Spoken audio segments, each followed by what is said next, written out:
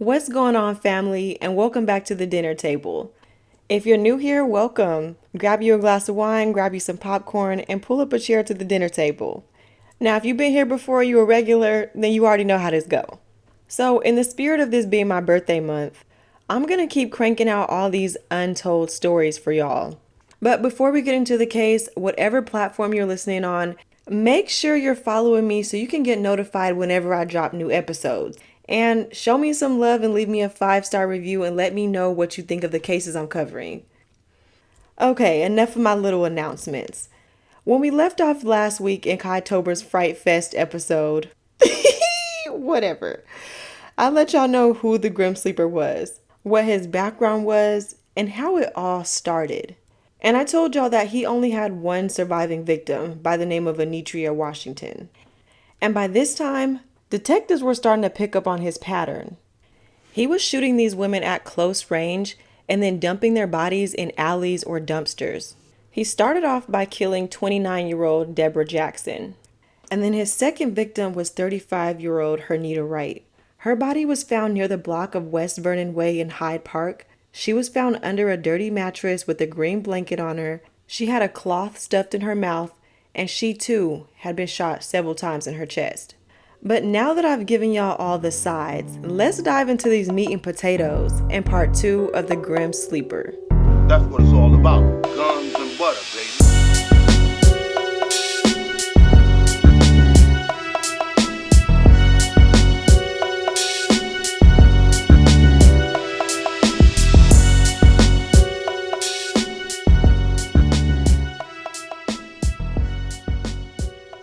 So I let y'all know last week in the 80s in Los Angeles what was going on with the crack epidemic and all that stuff.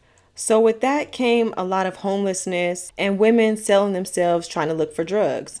This was around the time when Skid Row was really starting to kick off. And this just so happened to be the perfect hunting grounds for good old Lonnie. But unfortunately, like I mentioned last week, he wasn't the only serial killer during this time.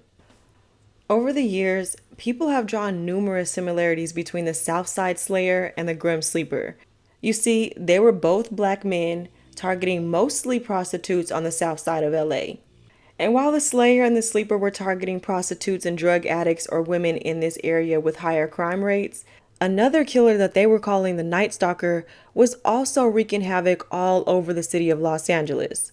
He was breaking into women's houses, raping them, and then killing them. Some of them he would leave alive. He was a real menace. Okay, now let's pick up where we left off last week. So, just 2 days after Lonnie killed Henrietta Wright on August 12, 1986, 2 days later on August 14th, the body of a 36-year-old man by the name of Thomas Steele was found, making him the only male victim of the Grim Sleeper. Now, there was no evidence of a sexual assault, and we don't know why he killed Thomas. Maybe he saw Lonnie commit a crime, or maybe he was just in Lonnie's way, or maybe he was in the wrong place at the wrong time. We don't know. But he was his only male victim. And the reason why we know Lonnie was the one who killed Thomas was because of the ballistics. He was killed with the same .22 caliber handgun as the other victims. But get this, Lonnie was never charged with killing Thomas. Although the gun ballistics did match, they didn't really have a whole lot of other evidence to get a conviction. And he had absolutely no cares in the world, because that following year, his reign of terror continued on January 10th, 1987, when he kidnapped and murdered 23-year-old Barbara Ware. She was found half naked, hidden under an old mattress with a gas tank on top of it. And just like Hernita, her body was found in the Hyde Park area. And she too had been shot in the chest with a .22 caliber. But with Barbara's murder, detectives now had this 911 call that brought them to her body, placed by a man who still remains anonymous to this day. And I wonder why. So the caller tells dispatch that 30 minutes before he called, he seen a man driving a blue and white Dodge van dump a woman's body in an alley. And then he even goes as far as to give the license plate of the van. And I know y'all want to hear the recording because y'all are nosy, so here you go. Central. LA City Police 831. Yes, I'd like to report a murder, a dead body or something. Where at? The address is 1346 East 56th Street, in the alley. You know, he threw her out. The only thing that's hanging out of this, like he threw a gas tank on top of her, and the only thing you can see out is her feet. Okay, what's your name? Huh? What's your name? Oh, I was saying anonymous. I know too many people. Okay then, bye-bye. All right. Okay, now bye bye. Like, what? No, sir, come back. We have some more questions for you. So I didn't play the part where he actually like spelled out the license plate, but it's like if you're just an innocent bystander, how are you able to see this license plate in great detail like that? Cuz don't let me witness a crime and see a license plate. I'm probably going to give you maybe 3 out of the 7, and they're not going to be in the right order. I'll tell you that much. But anyways, a lot of things were just off with this 911 call. Now, when authorities arrive to this alley, they find tire tracks near the body. And they're like, okay, this is perfect. This is good evidence. This is good detectiving. Now, all they have to do is find the van and see if the van matches these tire tracks. So, with the full license plate that was provided by this anonymous caller, they were able to track down this van, which was registered to a church located about 2 miles away from where Barbara's body was found. And it wasn't until 22 years later, in February of 2009, when police would finally release this 911 recording along with photos of the van to the public. And they did this with the hopes of generating new leads. Because in 2009, it had been 22 years and they still hadn't caught this guy. But why they waited 22 years to release this information to the public, I'll tell y'all about that more later. But back in 87, after the van was swept for all types of DNA and evidence and all that stuff, it provided no real evidence for the detectives. And the tires didn't match the tracks that they found in the alley. And not only did they not find the driver to this van, there was also no blood or no DNA found in it either. So Barbara Ware's case, along with all the other cases, went cold. 3 months later, on April 16th, 1987, Lonnie claimed his next victim, 26-year-old Bernita Sparks. She was found in a dumpster behind a church, shot in the chest, with her pants and her shirt unbuttoned. And he wasted no time at all after that hitting his next victim. On October 31st, 26-year-old Mary Lowe left home for a Halloween party, and that was the last time she was ever seen alive. Her body was found dumped the next day on November 1st. Hold on, we're going to pause here really quick because I told y'all last episode that Lonnie was married. So just where in the hell is his wife when he's out here running the streets killing all these women? So I did a little bit of research and I found out that yes, they had been married for over 30 years, but his friends never saw them together. They never saw them in the same car, never in any type of situation together. So in one of the accounts I read that she had her own place, she did her own thing, and she would come around and see Lonnie maybe once or twice a week. And then in another account, I read that she was actually on drugs and she was a prostitute who would steal Lonnie's money, pretty much just bleeding him dry. But who knows what's actually true? That's just what I was able to dig up on the internet. But for whatever reason it may be, she wasn't around when Lonnie was committing all these crimes. And I just have to wonder, did she know what type of man she really married? I don't know. I guess we'll never know. Okay, so he killed his last victim on October 31st of 87. But on January 30th, 1988, the body of 22-year-old Latricia Jefferson was found underneath the mattress in an alley. She was said to have been addicted to cocaine at the time, so she had been on and off the streets. She was killed with a .22 caliber gun, same gun as all the others, and her body was found with the word AIDS scribbled on a napkin that covered her face. This was the first time the killer had ever left behind a note on any of his victims. Now, there's no known reason why he left this note behind. We don't know if she had AIDS, if she had given him AIDS, or what the reason was behind it. So I guess we're just left to interpret it how we see fit. And get this, y'all. Latricia only lived 4 houses down from him. So the wild goose chase for this man is still on.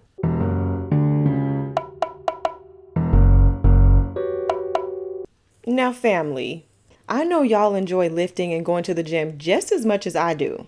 So if you want to take your workouts to the next level and be thicker than cold peanut butter, then Alpha Progression app is the app for you. Alpha Progression is a no BS training app for muscle growth. And this app was made for any and everyone to use while training to be the biggest and strongest version of yourself. It uses a super innovative workout logger, making it a great tool not only for seasoned lifters, but for beginners as well. Workout plans are generated from scratch and according to your specific needs. So all you have to do is let the app know what you want to do, what muscle groups you want to work on, and even the equipment you have. And boom, there you have it. It'll generate trillions of different workout combinations to choose from. Strength training is all about progression. So the app will use its unique algorithm to analyze your past performances and give recommendations for weights and reps to use in every set. So if you're ready for the ultimate pump, visit alphaprogression.com/kindag and unlock 20% off your first payment. On September 6, 1988, 18-year-old Alicia Monique Alexander left home to run up the street to go to the corner store and never returned. Her body was found 5 days later on September 11th. And the way she was found was by some young boys who seen a foot sticking out from under a mattress. Her head was left propped up on an old tire, and she was half clothed. And because it had been a couple of days before her body was discovered, she was very badly decomposed and pretty unrecognizable. She had been shot and dumped in an alley near 48th and Western. Cousins, if y'all haven't been keeping up, this is now his 8th victim. After the death of Alicia, the police were fighting an uphill battle to find him. But they did have a witness for Alicia's murder. So a witness came forward and said that she was last seen on 67th in Normandy, leaving the liquor store and getting into an orange Pinto. And with them not being able to ever find any evidence or any shell casings at the scenes where any of these bodies were found, in addition to Anitria's encounter with him, they could now confirm that he was shooting them at close range while they were still in the car. That means that all the evidence is in that vehicle, that orange Pinto. Okay, so Alicia's murder in September led up to Anitria's attempted murder in November. And with that composite sketch that they worked up with Anitria, the police were literally missing him by a fingernails clipping when they were canvassing the neighborhood, doing surveillance, and doing routine traffic stops looking for this notorious orange Pinto. But after weeks of doing this, they still had nothing. On February 23rd, 1989, Detective Richard Harlow and his partner came to find their first and only real suspect, and it was none other than LA County Sheriff's own Deputy Ricky Ross. Not to be confused with my man Ricky Rose. But anyways, come on, let's continue. So Ross was a black detective working in narcotics, and he was found in his car allegedly smoking crack with a prostitute. And this man was drunk as a skunk trying to, but I'm a cop, his way out of being caught red-handed. But the prostitute told the LAPD cops that pulled them over that she was scared of Detective Ross and that he had a gun in his trunk. So when the patrol officer searched his car, they did indeed find a gun, and it just so happened to be a 9mm handgun. So of course they arrest the man. After Ross was arrested, they went ahead and tested that gun in his trunk. But listen to this. The bullets in this gun ended up bringing up a match to 3 murders of 3 women that had all been shot with a 9mm. And when they searched his home, they found a .22 caliber holster, but no .22 caliber gun. But the cops just assumed, hey, he's probably good for the .22 caliber murders as well, so let's just pin these murders on him. So that's exactly what they did. They had absolutely no evidence whatsoever that connected Ross to these crimes, but they wanted it to be him. They needed it to be him. So much so that they tried to convince a jury that Ross was the one that committed all those .22 caliber killings. So during the trial, 2 other ballistic experts were called to test the bullets, and the 2 of them determined that the LAPD fucked up big time when it came to testing that gun. It was just one minor mistake, just one little thing. The bullets didn't match, that was it. Also, Ross didn't test positive for crack cocaine. And Anitria tells him, that's not the man that attacked me. She said Ross was tall, and the man that she described was short. On top of that, Ross was light-skinned with hair, just completely the opposite from who she described, and she remembered him very well, so this wasn't the right guy. So with no real evidence pointing to Ross being the killer, they had to let him go and he was exonerated. But after he left the field, every cop still believed that he was the .22 caliber killer. And it fit in their narrative that Ross was the killer even more because after he was arrested, the murders abruptly stopped in 1989. And they stopped for the next 14 years. So with that, detectives just closed up all these old boxes to these open cases, put them in storage, and moved on. One of the most horrifying questions that we're left to wonder is whether or not during this time period where he was supposedly on a quote-unquote break, if he actually did stop killing or if the bodies were just never found. Because you see, Lonnie, like I told y'all last week, he had been working for the Department of Sanitation. And investigators were kind of left to wonder, maybe he was still killing. But instead of leaving their bodies in alleys or in dumpsters, he was instead disposing of their bodies in the city dump where he worked. Late 2004, new detectives working unsolved murders get a hit on a DNA match from a teenage girl killed in 2002. On March 19, 2002, the body of a 15-year-old foster care runaway by the name of Princess Bartholomew was found dumped in an alley in Inglewood in a pile of shrubs. But unlike the women killed in the 80s, Princess hadn't been shot. You see, she had only been strangled and beaten. Now, it was also around this time when Lonnie ended up getting sent to jail for receiving stolen property, but he only ended up doing less than a year because of the overcrowding in the jails. And since the crime that he was arrested for technically was non-violent, he was released a free man.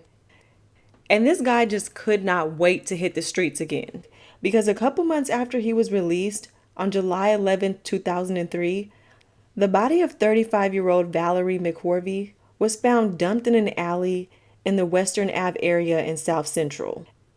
And just like 15-year-old Princess, she had been strangled as well. And thankfully, rape kits were able to be collected on both of them.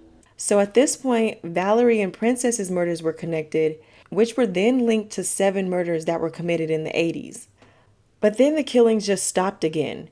And the killer seemed to go on another hiatus because his next victim wasn't until January 1st, 2007. You see, a homeless man was going through the trash in an alley dumpster behind a church, and he tore open a bag exposing the hand of 25-year-old Janicia Peters. Janicia had been shot in the back, which was believed to have paralyzed her. But she was still alive when the killer put her in the bag, then zip-tied it closed. So she ultimately suffocated to death. Now, no DNA was found on her body, but when the bullet was pulled from her back, investigators of course ran ballistics on it, and they learned that she was shot from the same .22 caliber gun that was used in the .22 caliber murders in the 80s. And then, to make matters even better, they ran a DNA sample on the zip tie, assuming that the killer most likely put the zip tie in his mouth to pull it tight, and they get a hit on the zip tie. So from that, they learned that it not only matched the rape kits from Valerie and Princess, but it also matched the other murders from the 80s as well. So you know what this means, cousins?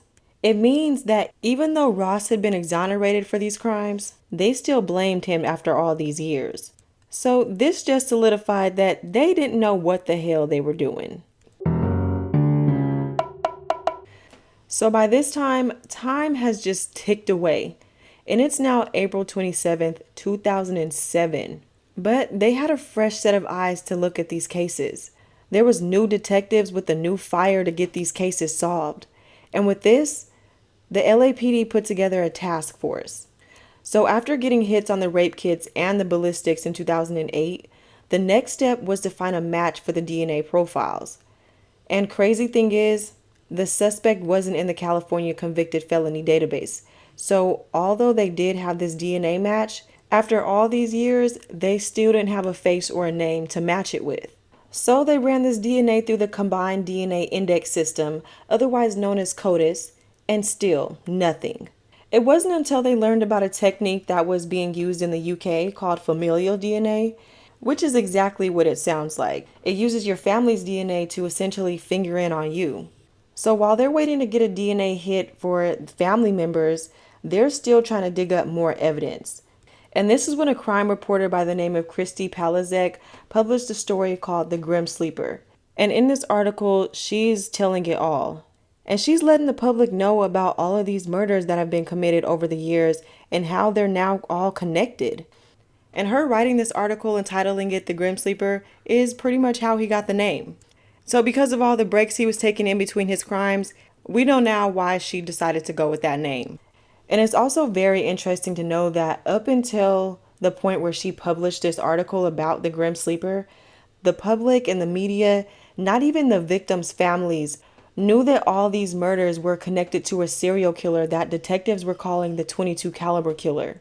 They were all just thinking that these crimes were individual crimes with one killer. Because listen to me, I'm almost positive if information about somebody driving around in a bright orange Pinto, picking up women and killing them and then dumping their bodies was put out to the public, people would have been more alert and they would have been more open to say something when they seen this orange Pinto driving around in broad daylight. And not to mention, Lonnie was well known in his neighborhood. So unless he was driving this car around and parking it somewhere where nobody ever seen him use it, everybody would have known it was his black ass doing these crimes. So instead of putting this information out to the public and letting them know what was going on, literally right next door, investigators kept all of the details of these cases close to the chest. I mean, I guess it was to avoid the killer catching wind of where they were with the investigation.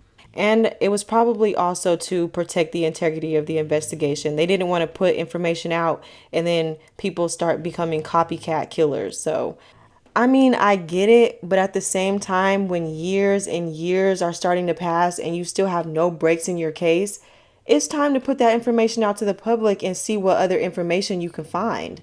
But the media and the victims' families had no idea that their loved ones' murders were connected to a serial killer and that this serial killer had been walking around and living amongst them for 20 plus years.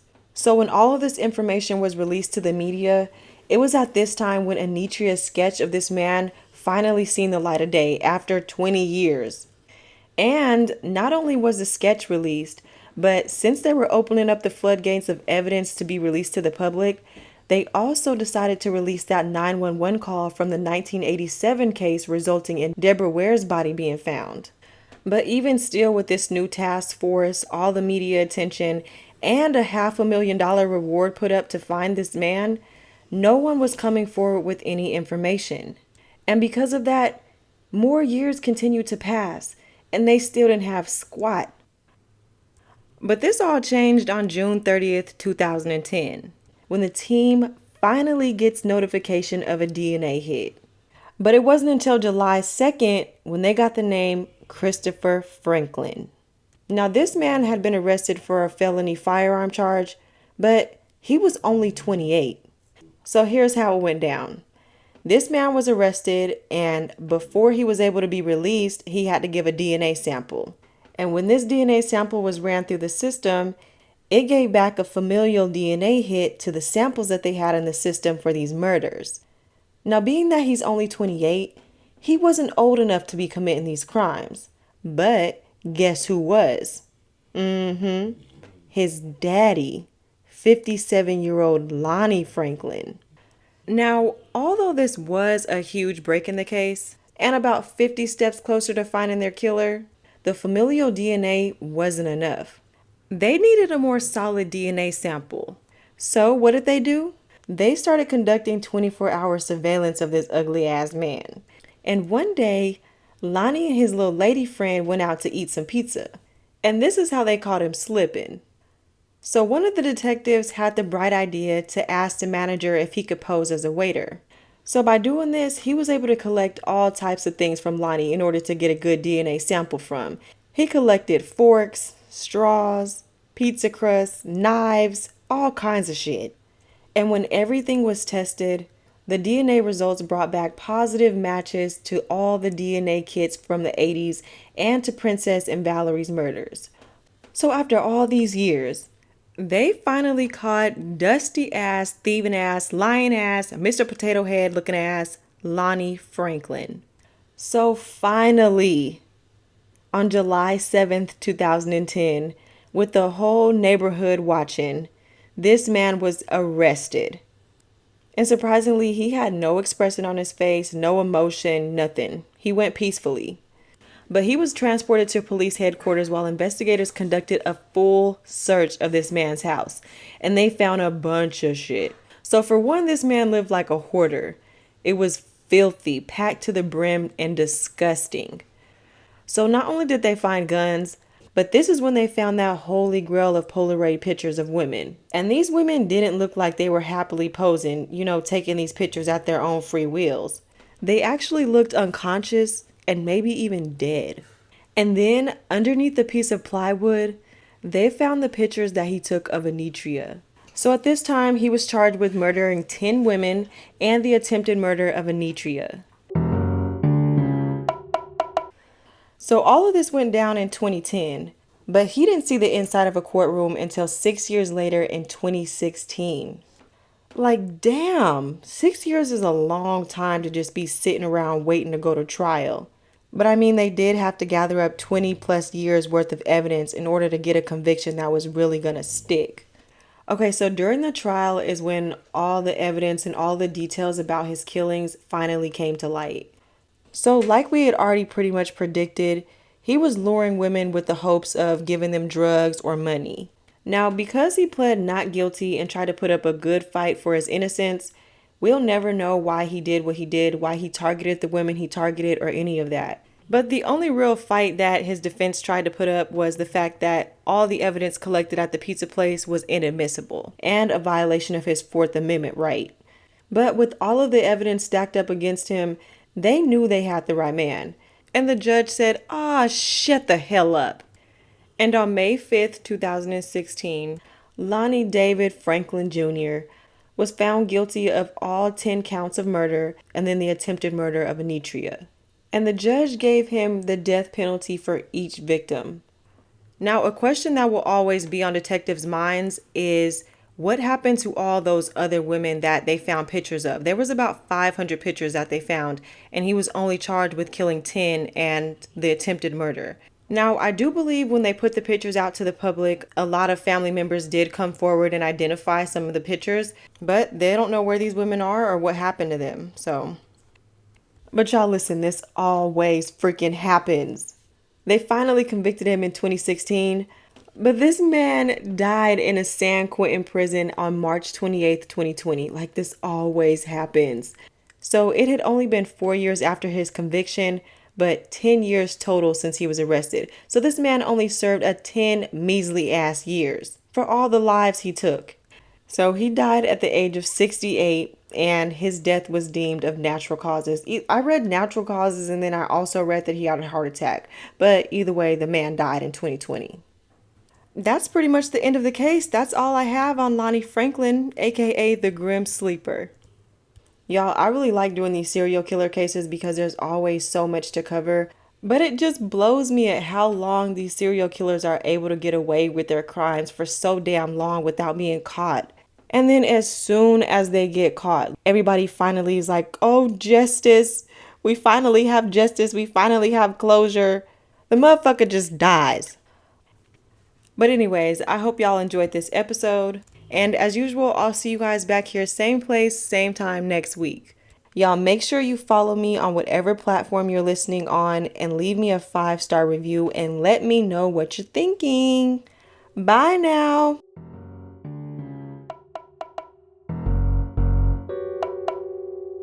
That's what it's all about.